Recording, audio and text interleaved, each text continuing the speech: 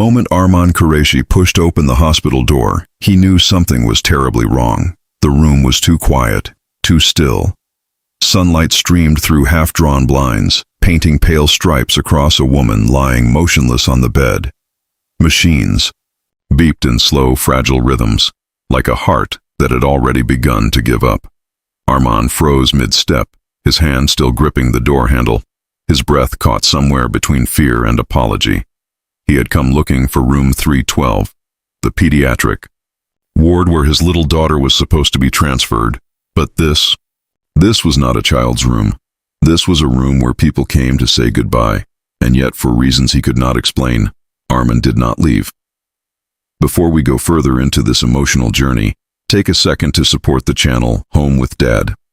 If you believe in kindness, second chances, and the quiet miracles that change lives, don't forget to like, comment, share, and subscribe. Your support helps stories like this reach hearts that need them most. Arman stepped inside slowly, his worn-out shoes barely making a sound against the polished floor.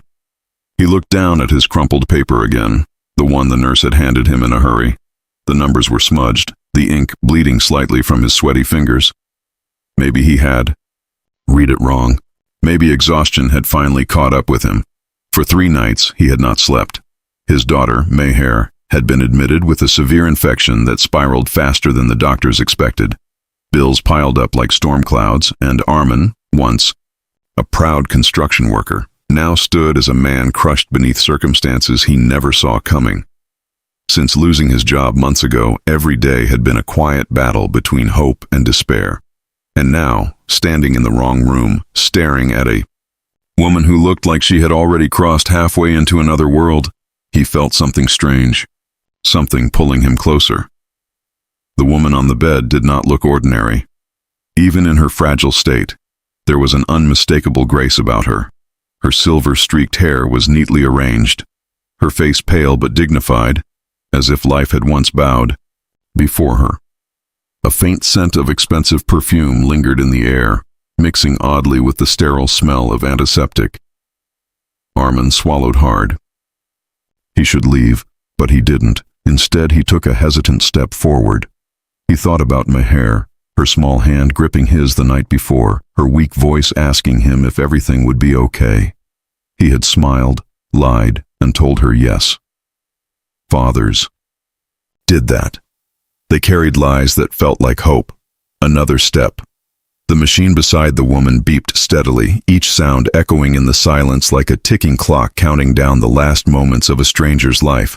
Arman whispered a quiet apology, under his breath, not sure to whom it was meant, for intruding, for staying, or for the strange feeling that he was here for a reason. Then, something unexpected happened. The woman's fingers moved. It was slight, barely noticeable, but Arman saw it. His heart skipped. He leaned closer, unsure if it was just his imagination. But then, slowly, painfully, her eyes fluttered open. They were sharp, alert, alive, and they locked onto him. Arman staggered back, startled. He had not expected this. Not in a room that felt so close to death. For a brief moment, neither of them spoke. Time seemed to stretch, bending around the silence between a poor single father and a woman who looked like she had everything, and nothing left. Her lips parted slightly, struggling to form words. Arman instinctively stepped closer again, his fear replaced by something gentler, concern. He didn't know who she was, but in that moment she wasn't a stranger anymore. She was just someone who needed help, and that Arman understood better than anyone. The sunlight shifted as clouds moved outside, briefly dimming the room.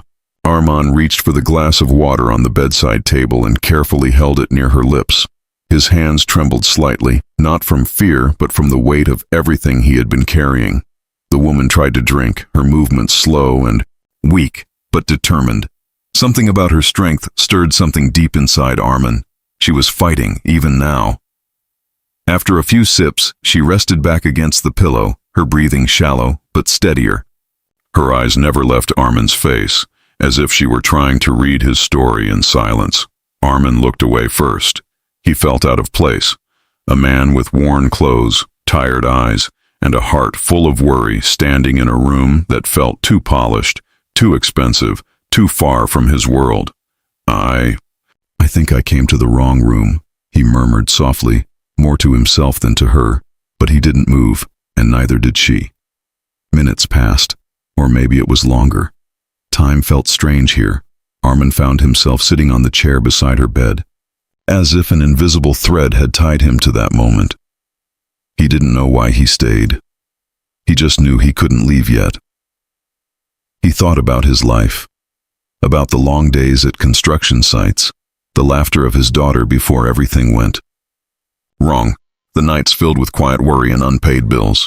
He thought about how quickly everything had changed, how fragile life truly was, and suddenly, he didn't feel so alone, because here, in this silent room, was another life hanging by a thread. Different worlds, same struggle. The woman closed her eyes briefly, then opened them again, as if gathering strength. Her gaze softened just slightly, and in that softness, Armin saw something unexpected. Recognition, not of him, but of something deeper. Pain, hope, survival. Outside the room, footsteps, echoed faintly in the hallway. Nurses moving quickly, voices blending into the distant hum of the hospital. But inside, the world remained still.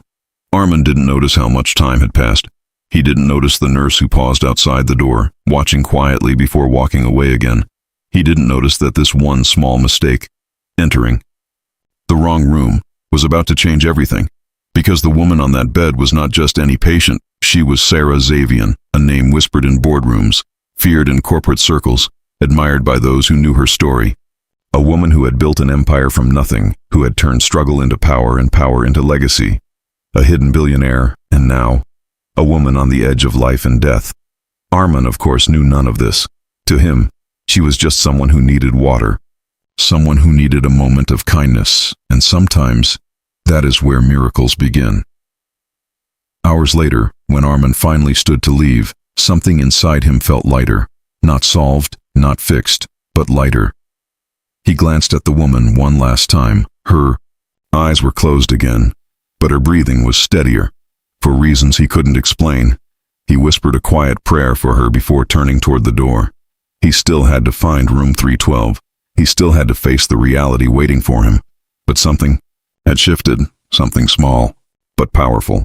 And as he stepped out of the room, he had no idea that this moment, this accidental meeting, would soon intertwine his life with hers in ways he could never imagine. Days passed. Armin returned to his reality, a hospital corridor filled with worry, paperwork, and quiet desperation. Meher's condition remained uncertain, and every conversation with the doctors felt like walking on a tightrope above a storm. Money ran out faster than hope. Armin sold what little he had left, his watch, his tools, even his old motorbike. Still, it wasn't enough. And yet every now and then, his mind drifted back to that room, to the woman, to the silence they shared, to the strange sense that something important had happened there. He didn't know why he thought of her, but he did. Then, one morning, everything changed. A nurse approached him, her expression different from before, less rushed, more deliberate. She called his name. Armin stood up immediately, his heart racing. For a moment, he thought it was about Meher, but it wasn't. She handed him a message, a simple note. "Room 407, please come." Armin frowned. He had never been to room 407, but something about it felt familiar, and as he made his way down the corridor, past doors and quiet conversations, his heart began to beat faster. Not from fear, but from something else. Something he couldn't quite name. When he reached the door and pushed it open, he stopped in his tracks. It was her, alive, sitting up, and waiting.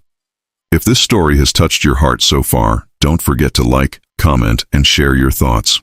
Stories like this remind us that even the smallest act of kindness can change a life, and maybe yours too. Armin stepped inside slowly, his mind struggling to catch up with what his eyes were seeing. She looked stronger now, still pale, still fragile, but undeniably alive, and her eyes, they were filled with something new, purpose, recognition, gratitude. The air in the room felt different this time.